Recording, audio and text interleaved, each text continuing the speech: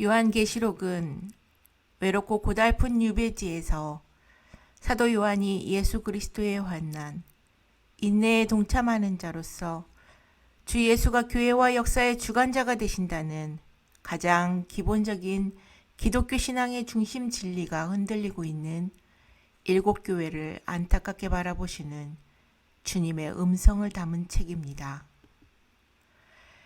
요한은 어느 날 예배 중에 등 뒤에서 들리는 큰 나팔 소리 같은 주님의 음성을 들었습니다. 그 음성은 주님의 백성들을 모으는 나팔 소리이면서 영적 전쟁을 독려하는 나팔 소리입니다. 민수기 10장 1절로 10절에는 은나팔 등을 갖고 이스라엘 회중을 인도하는 규정이 나옵니다.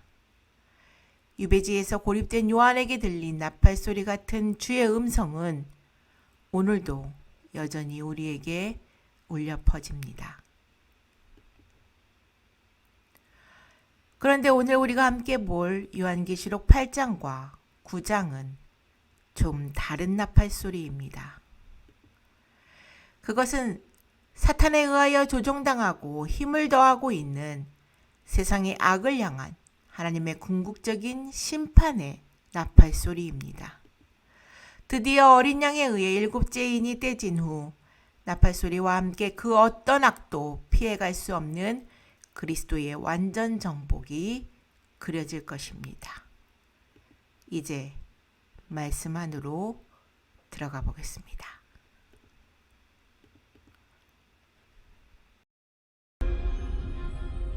제8장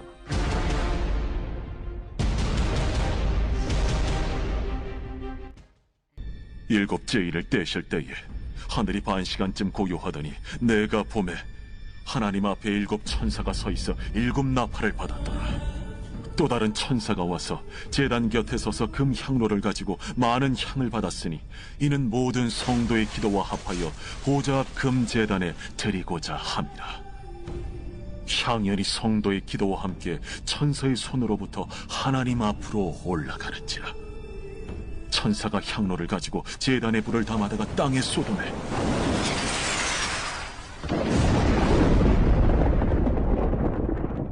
우레와 음성과 번개와 지진이 나더라. 드디어 봉인된 두루마리의 마지막 인이 떼어졌습니다. 그 순간 지속된 30분간의 침묵은 매우 어색할 정도로 무겁습니다. 하나님을 거슬러 역사를 거짓과 폭력으로 채워버린 인류를 향한 심판이 임할 때입니다. 물론 그리스도를 따르기 위해 그 어떤 고난도 피하지 않던 백성들은 하나님의 완전한 보호를 누릴 것입니다. 그 정적 속에서 요한은 나팔을 들고 있는 일곱 천사를 보았습니다. 나팔은 성회나 군사적 행동을 알립니다. 나팔 소리가 차례로 울려 퍼지면 땅에는 하나님의 공의로운 심판으로서의 재앙이 쏟아질 것입니다. 나팔이 울리기 전 한 천사가 성막의 제사장처럼 제단 곁에 서서 향을 가득 담은 금 향로를 보좌 앞 금 제단에 드립니다. 향은 성도들의 기도를 상징합니다. 천사가 향로에 제단불을 담아 땅에 쏟자 천둥 요란한 소리, 번개, 지진이 발생합니다.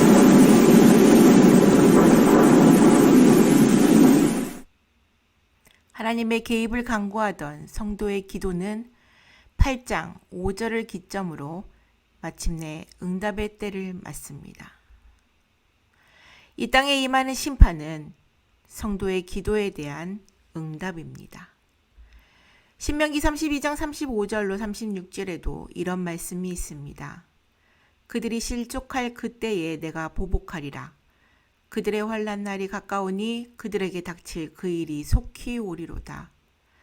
참으로 여호와께서 자기 백성을 판단하시고 그 종들을 불쌍히 여기시리니 곧 그들의 무력함과 갇힌 자나 노인자가 없음을 보시는 때로다. 성도가 하나님 앞에 올려드리는 기도는 하늘과 땅을 잇는 통로입니다.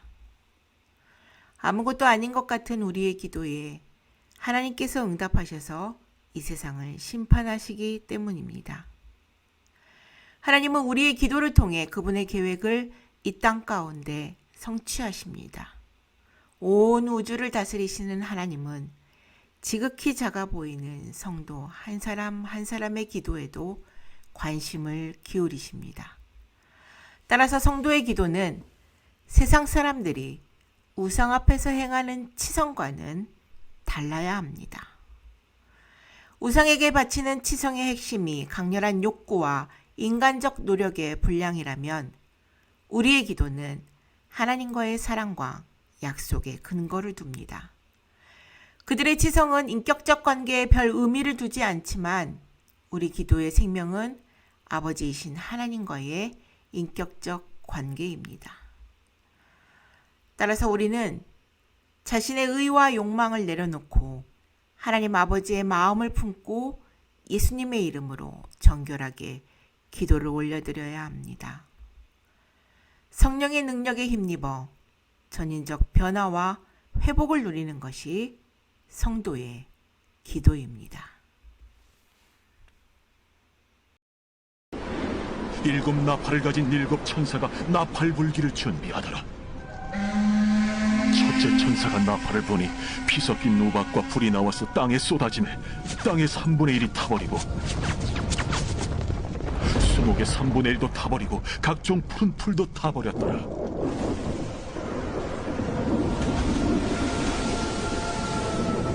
둘째 천사가 나팔을 보니 불붙는 큰 산과 같은 것이 바다에 던져지매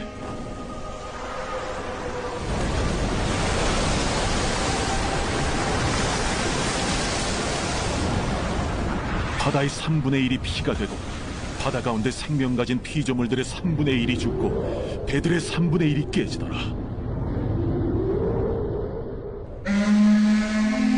셋째 천사가 나팔을 보니 횃불같이 파는 큰 별이 하늘에서 떨어져 강들의 3분의 1과 여러 물샘에 떨어지니 이 별 이름은 쓴 쑥이라. 물의 3분의 1이 쓴 쑥이 되매 그 물이 쓴 물이 되므로 많은 사람이 죽더라. 넷째 천사가 나팔을 보니 해 3분의 1과 달 3분의 1과 별들의 3분의 1이 타격을 받아 그 3분의 1이 어두워지니 낮 3분의 1은 비추임이 없고 밤도 그러하더라.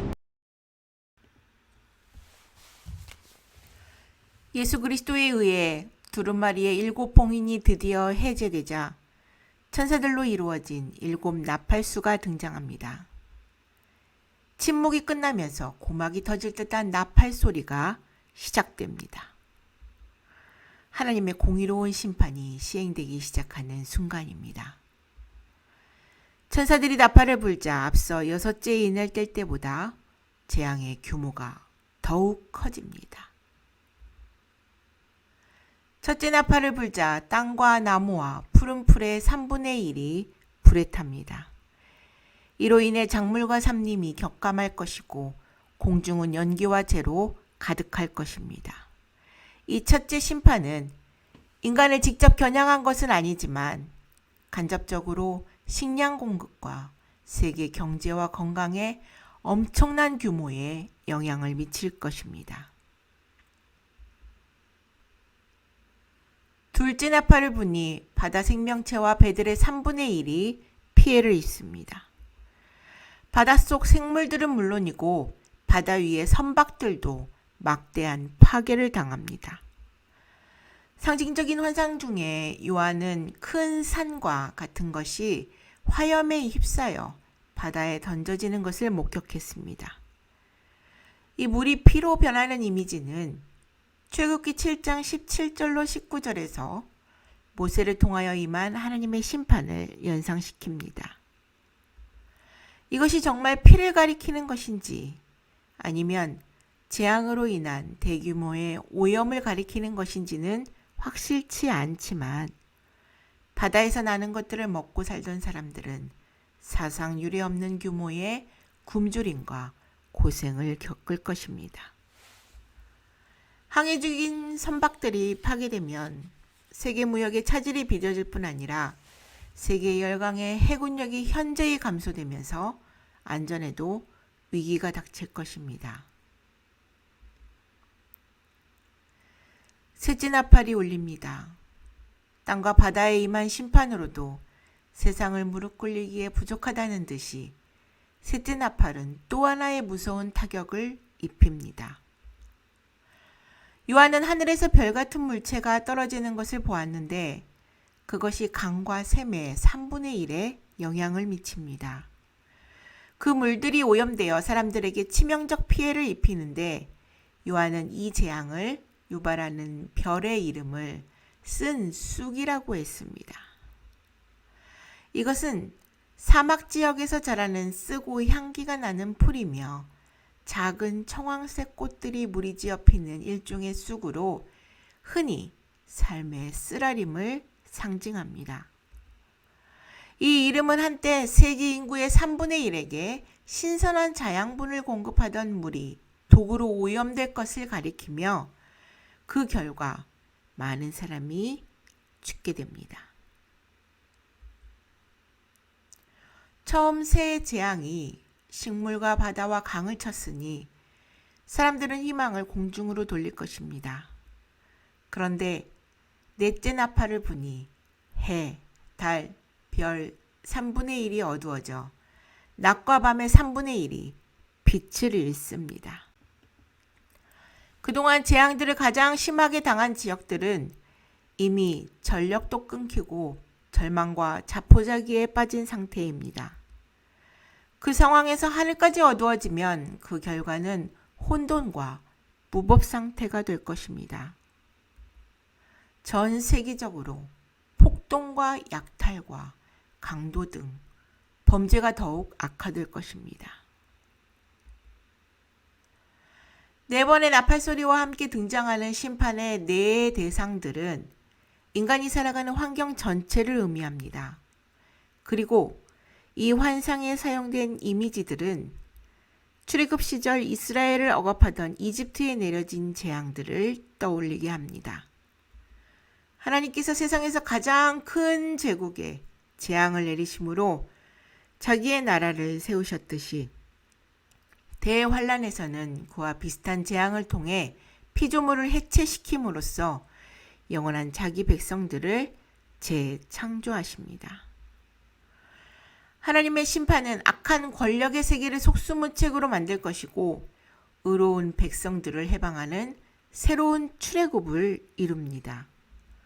하나님께서는 자신이 모든 피조물에 대하여 주권자가 되시며 특별하고도 초자연적인 방법으로 자신의 뜻을 성취하기 위하여 모든 자연적인 과정을 사용하실 수 있음을 보여주십니다. 그런데 여기서 공중에 날아가는 독수리가 땅에 있는 자들에게 하나님의 심판이 끝나지 않음을 알립니다. 아직 새 천사들이 불어야 할 나팔 소리가 남아있는 것입니다. 요한계시록을 읽을 때 느끼게 되는 큰 어려움 중 하나는 요한이 본 환상들 중에서 문자 그대로 실현될 범위가 어디까지인가를 알기 어렵다는 것입니다. 그래서 성경에 나오는 문자 그대로 해석하는 세대주의자들은 특히 7절에 나오는 피 섞인 우박을 핵폭탄이라고 주장합니다. 또한 신천지는 이 피 섞인 우박을 피 흘려 돌아가신 예수님이 증거하신 진노의 말씀이라고 주장하면서 불심판의 대상이 신천지 증거장막 성전을 배도한 반역자들 그리고 자신들의 주장을 거부하고 배척하는 기성교회들이라고 주장합니다. 아니면 반대로 워낙 심판이 충격적이고 혹독하다 보니 표현을 희석하거나 그 혹독함을 유화하거나 지나치게 영적으로 해석하려는 자들도 있습니다.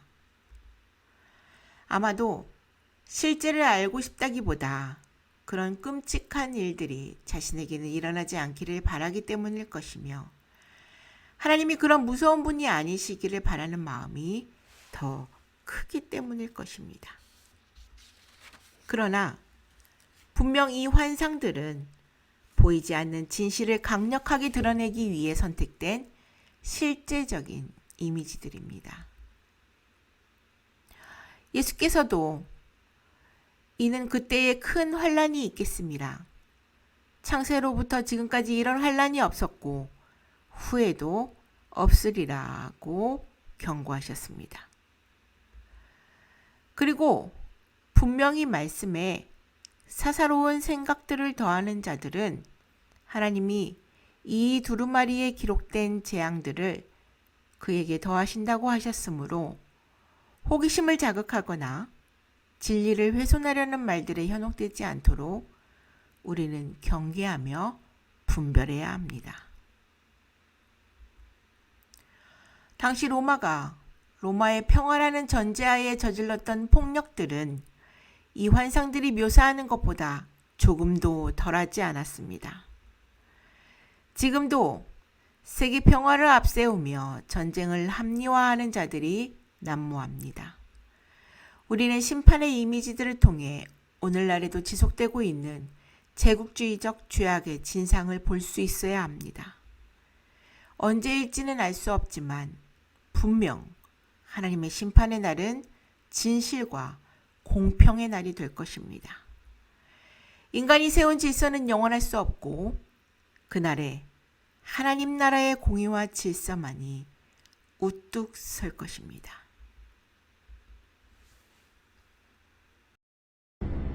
내가 또 보고 들으니 공중에 날아가는 독수리가 큰 소리로 이르되 땅에 사는 자들에게 화가 있으리니 이는 새 천사들이 불어야 할 나팔 소리가 남아있음이로다. 제9장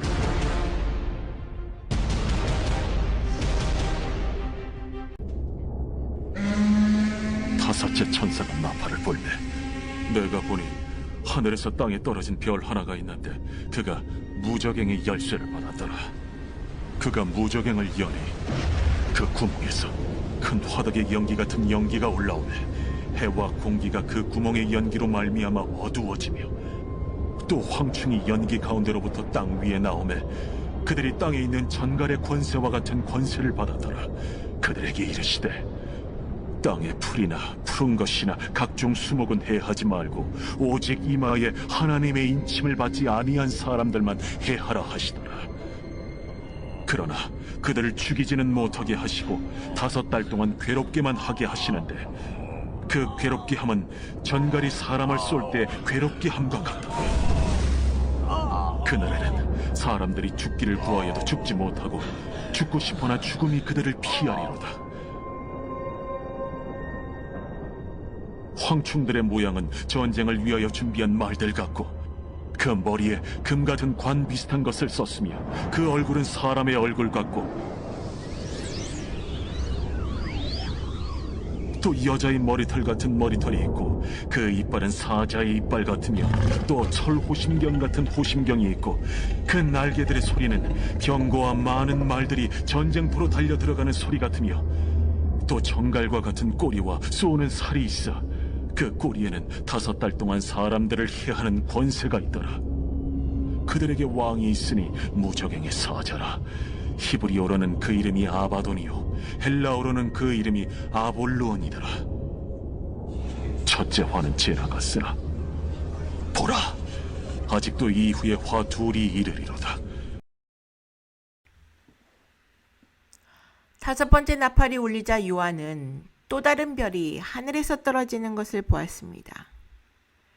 별은 종종 성경에서 상징적으로 쓰여 중요한 인물, 사탄, 천사, 교회의 인간 지도자들, 또한 광명한 새벽별이신 그리스도를 가리킵니다.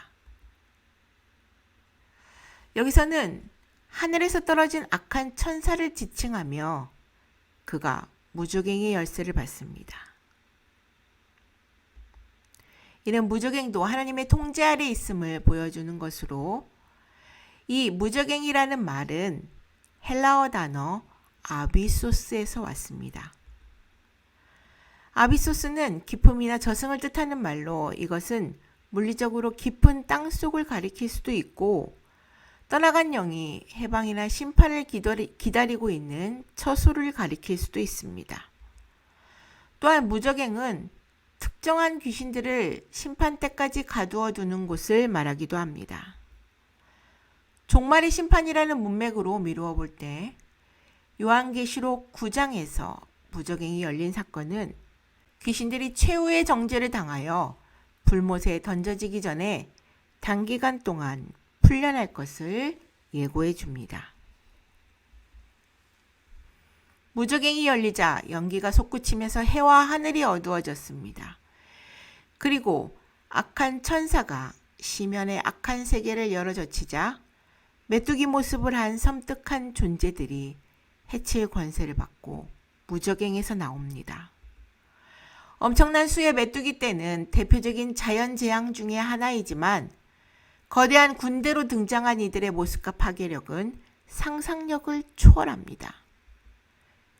하지만 메뚜기 떼의 수와 충격적인 생김새에 우리가 놀랄 수 있지만 그들에게는 여러 가지 제약이 있습니다.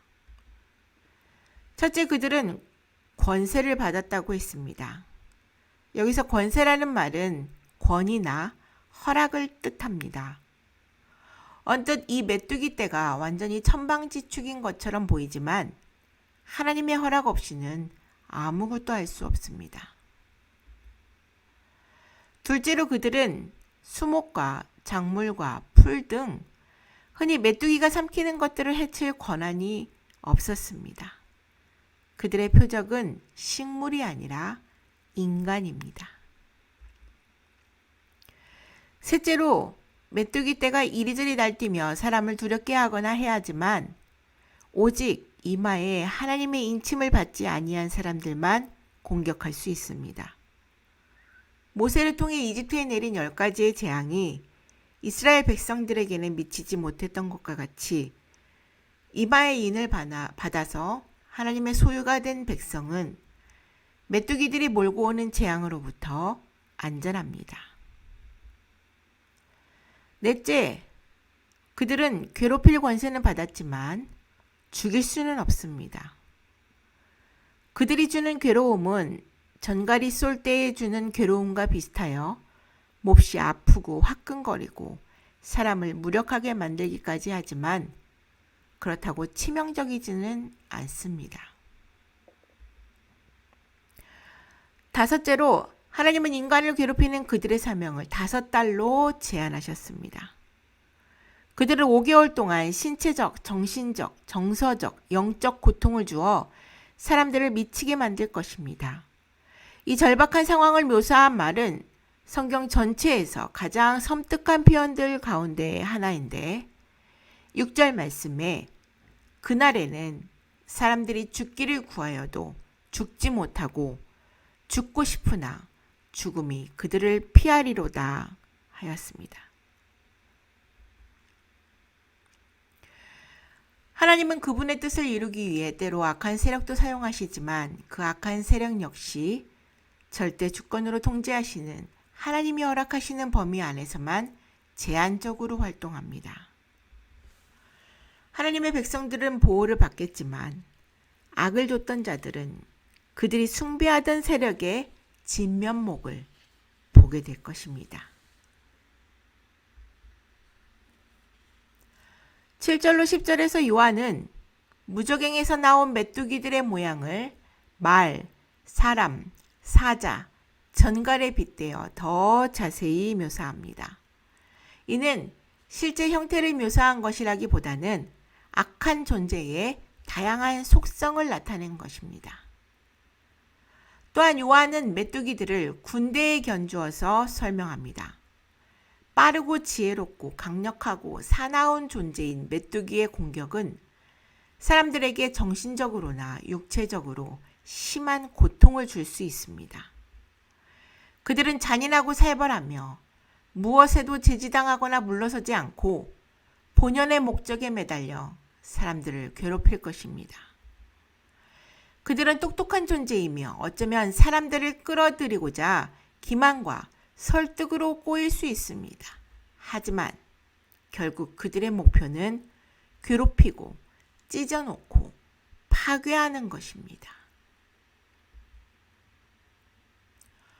분명히 황충들은 이 땅의 물리적인 곤충이 아니라 영적이고 귀신적인 존재들입니다. 요한이 본 상징적 모습은 그들의 흉포함과 공격성과 위력과 똑똑함을 전달하기 위한 것입니다. 요한은 이 악한 영들의 군대를 이끄는 왕이 있다고 말하는데, 무적행의 사자로 알려진 이 왕의 이름은 히브리어로 아바돈, 헬라어로는 아볼루온입니다. 그 뜻은 파괴자 또는 멸망하게 하는 자입니다. 사탄은 태초부터 자신이 하나님보다 인간을 더 행복하게 해줄 수 있다고 속삭여 왔습니다. 그 목소리는 믿음, 소망, 사랑이라는 불안한 자리를 떨치고 탐욕과 폭력, 자기숭배라는 견고한 현실 위로 올라서라고 우리를 재촉합니다. 그러나 악의 본질은 거짓입니다. 그 길을 따르는 자들은 결국 악의 희생자가 되고 맙니다. 사탄은 하나님께 속하지 않은, 이마에 인을 받지 않은 사람들을 파괴하고 멸망으로 이끄는 존재입니다. 그럼에도 불구하고 인간의 타락한 본성은 하나님을 향하기보다 악에게 속는 편을 택하려 합니다. 우리는 악과 타협하면서 우리의 안전과 행복을 보장받으려 해서는 결코 안 됩니다. 악은 우리를 지켜주지 않습니다. 악의 끝은 파멸일 뿐입니다. 예수께서도 사탄이 1000개의 요새에서 떨어졌다고 확증하신 뒤에 내가 너희에게 뱀과 정갈을 밟으며 원수의 모든 능력을 제어할 권능을 주었으니 너희를 해칠 자가 결코 없으리라. 그러나 귀신들이 너희에게 항복하는 것으로 기뻐하지 말고 너희 이름이 하늘에 기록된 것으로 기뻐하라고 말씀하셨습니다. 예수 그리스도의 복음을 믿고 하나님 나라의 견고한 실제를 경험하는 것만이 우리의 선택입니다.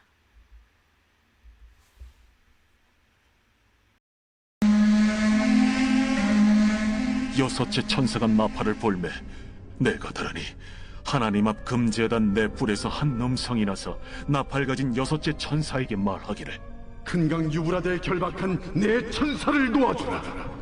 내 천사가 놓였으니 그들은 그 연월일 시에 이르러 사람 3분의 1을 죽이기로 준비된 자들이더라. 마병대의 수는 2만만이니 내가 그들의 수를 들었더라. 이 같은 환상 가운데 그 말들과 그 위에 탄 자들을 보니 불빛과 차주빛과 유황빛 호심경이 있고 또 말들의 머리는 사자머리 같고 그 입에서는 불과 연기와 유황이 나오더라.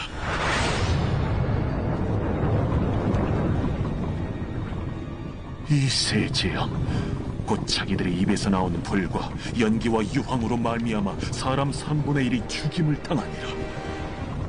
이 말들의 힘은 입과 꼬리에 있으니 꼬리는 뱀 같고 또 꼬리에 머리가 있어 이것으로 해하더라. 이 재앙에 죽지 않고 남은 사람들은 손으로 행한 일을 회개하지 아니하고 오히려 여러 귀신과 또는 보거나 듣거나 다니거나 하지 못하는 그 문통과 목석의 우상에게 절하고 또 그 살인과 복술과 음행과 도둑질을 회개하지 아니하더라.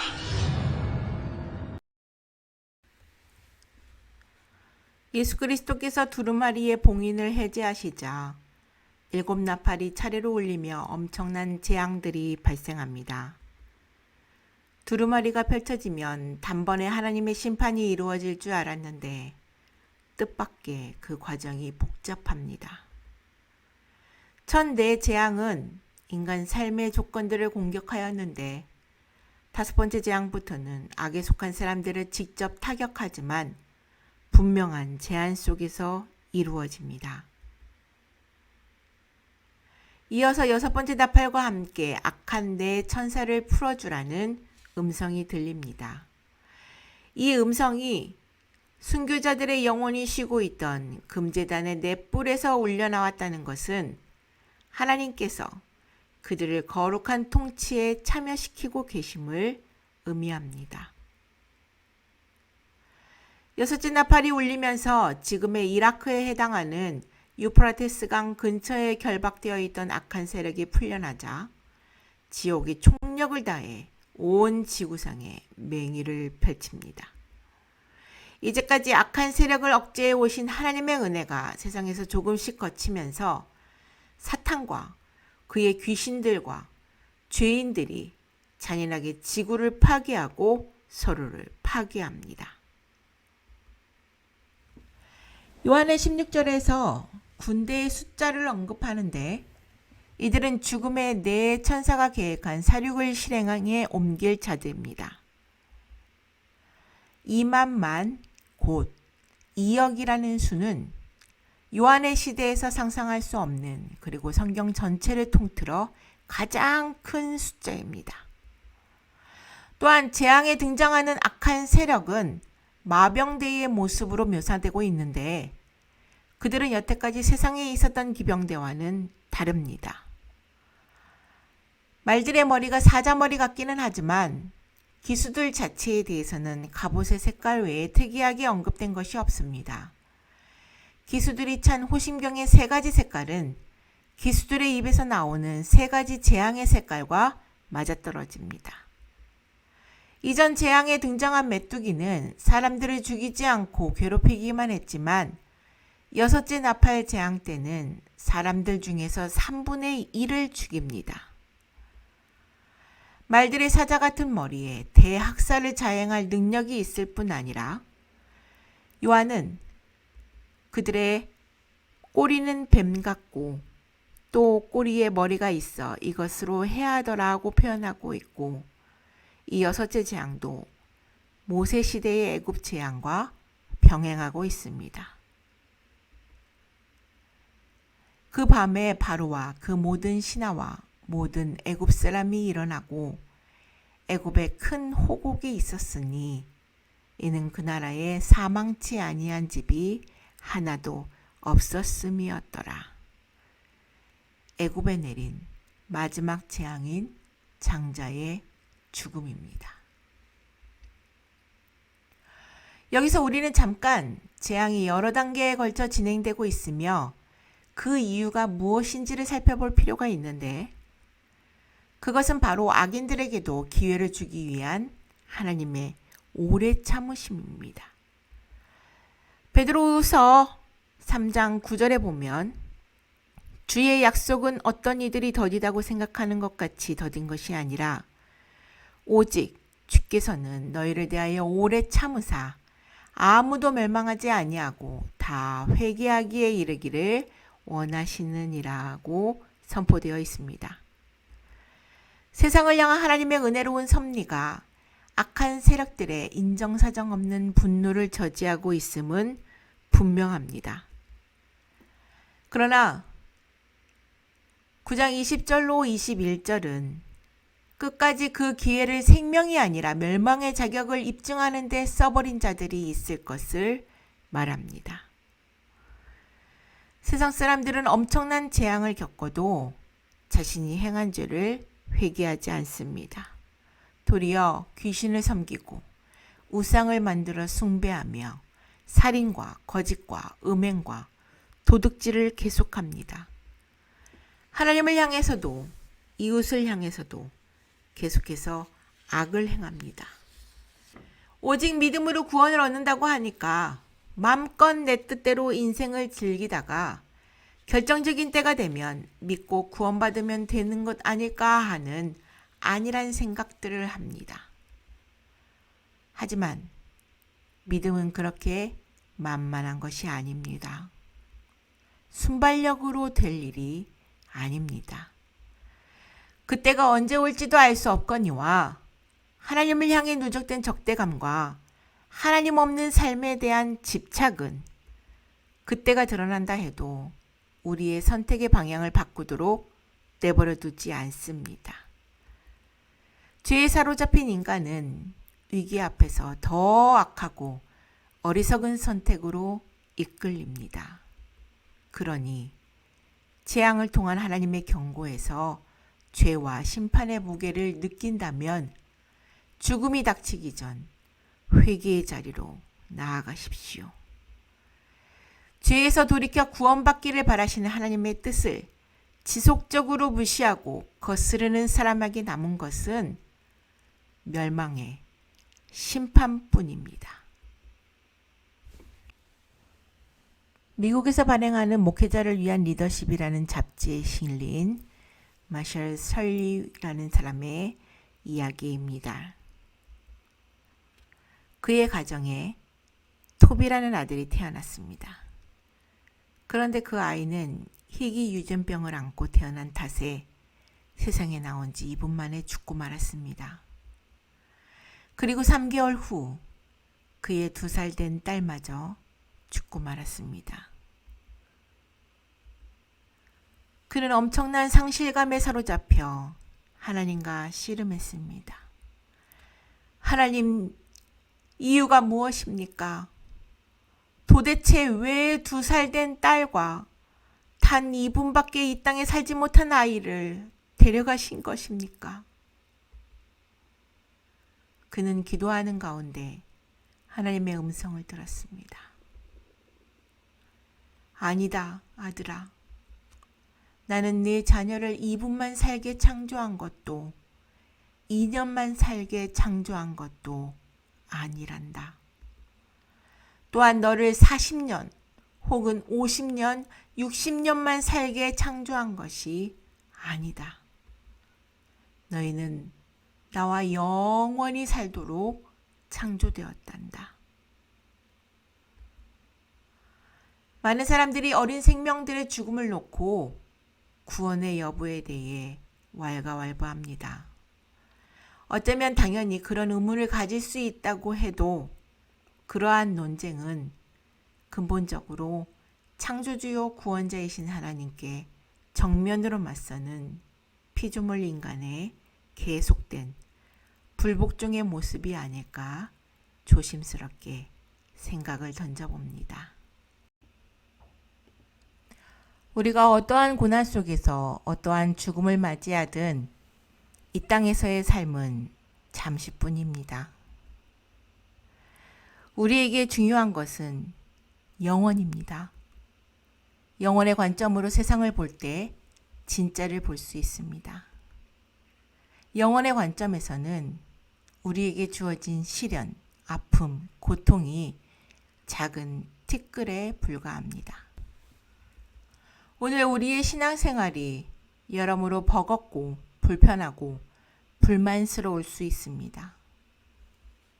하지만 조금은 부족하고 어설픈 우리의 선택이